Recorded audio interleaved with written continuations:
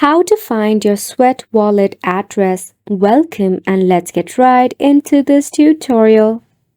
To begin with, you need to launch your Sweat wallet application.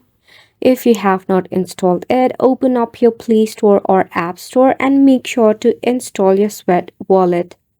You can log in by linking it with your Sweat coin. After you have successfully logged in into your Sweat wallet, you will see an interface like this.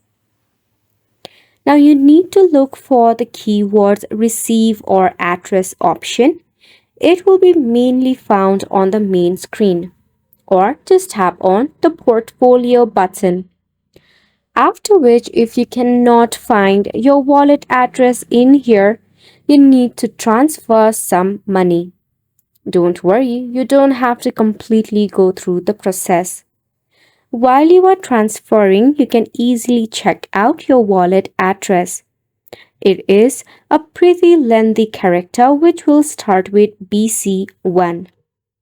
So if you see any of the characters starting with BC1, that is actually your Sweat wallet address.